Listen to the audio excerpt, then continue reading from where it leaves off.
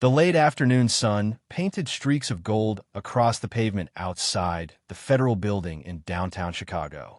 Director Julian Vance, a tall, clean-shaven black man in a dark gray tailored suit, stepped out of the building carrying a slim leather briefcase. Everything about him radiated quiet authority. His posture, his pace, even the way he checked his surroundings without looking paranoid. Julian wasn't just anyone. He was the chief of the FBI, appointed 2 years ago after a decades-long rise through the ranks. But today he was alone. No motorcade, no agents, just a quiet exit from a low-profile oversight meeting. He unlocked his black Cadillac Escalade with a discreet click and was about to open the driver's side door when a voice boomed. "Hey, back away from that vehicle!" Julian turned calmly. A white police officer, mid-30s, with a buzz cut and his chest puffed with bravado, stormed across the parking lot. His hand hovered near his taser. His tone was already hostile. "You deaf or just playing dumb?" The officer barked. "Step away from the vehicle." Julian raised a brow, confused but composed. "Can I help you, officer?" "You sure can, by putting your hands where I can see them and getting away from that car right now." Julian didn't flinch. "This is my vehicle." "Sure it is," the cop scoffed. "Now, just a few feet away." Because a brother in a suit walking up to an Escalade parked outside a federal courthouse ain't suspicious at all. Julian slowly set his briefcase on the car's roof and calmly reached into his jacket. "Hands out of your pockets," the cop shouted, drawing his taser. "You reaching for a weapon?" "No," Julian replied, his tone steady. "I'm reaching for my credentials." But it was too late. The officer surged forward, grabbed Julian's arm, and twisted it behind his back, shoving him hard against the side of the car. The impact echoed through the nearly empty lot. Julian grunted, but didn't resist.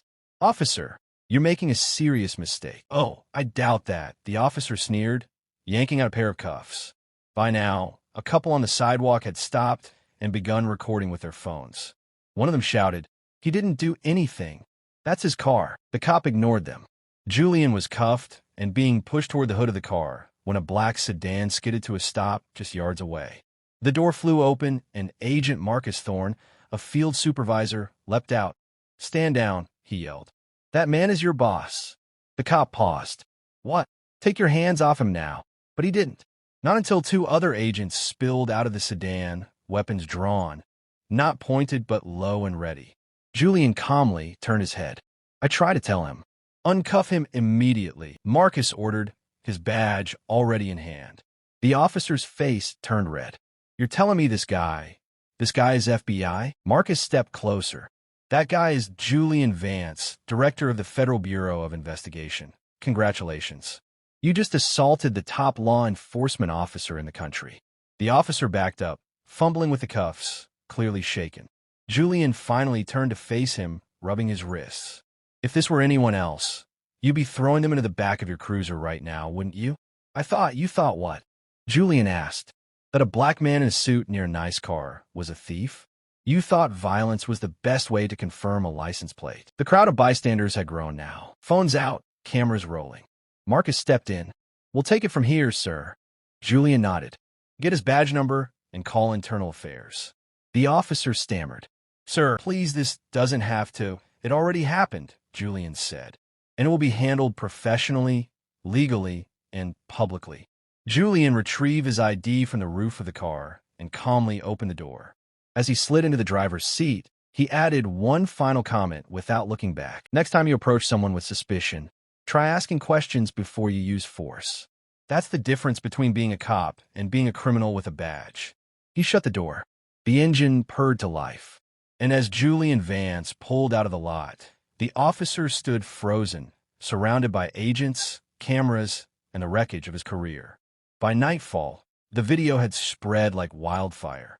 The footage captured from 3 different phones showed everything. The officer shouting, the violent takedown, the moment Julian calmly said, "You're making a serious mistake," and the agents racing in, revealing who he truly was.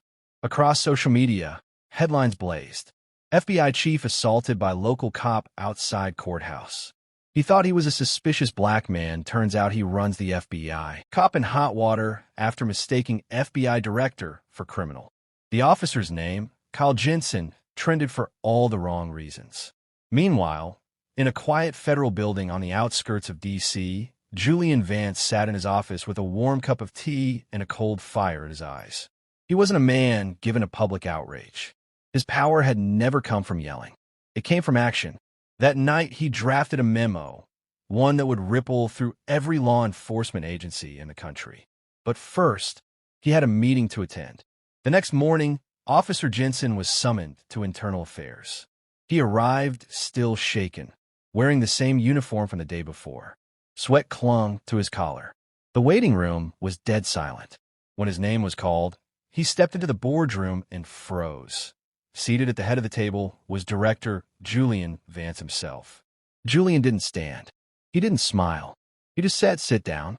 Jensen sat, eyes lowered. "You know who I am now?" "Yes, sir." "I didn't need a title to be treated with respect," Julian said. "No one does. But you didn't stop to ask. You didn't speak. You acted on what you assumed."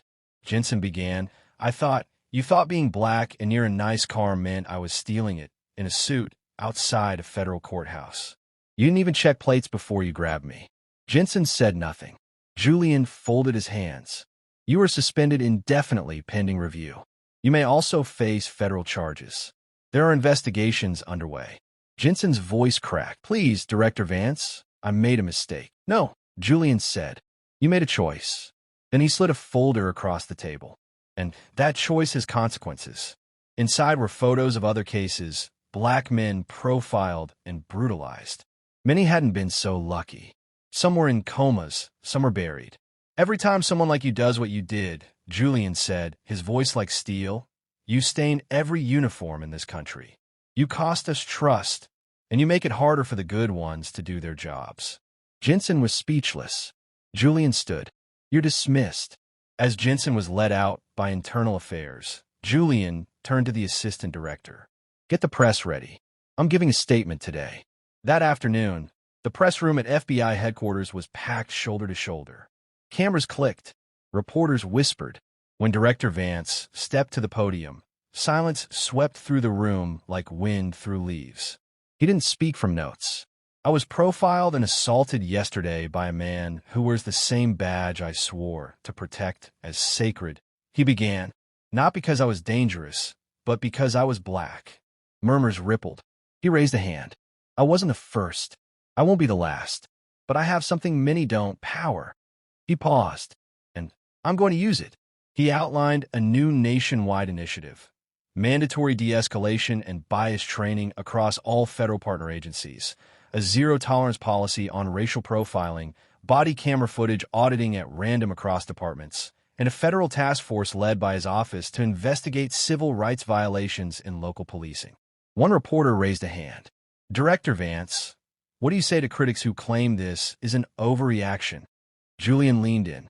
"Ask me that again when it's your father, your brother, your son, or you." The room was silent. He stepped down, and just like that, the man who had been shoved against a car 24 hours ago became a symbol not of weakness, but of reform, of balance, and of real justice.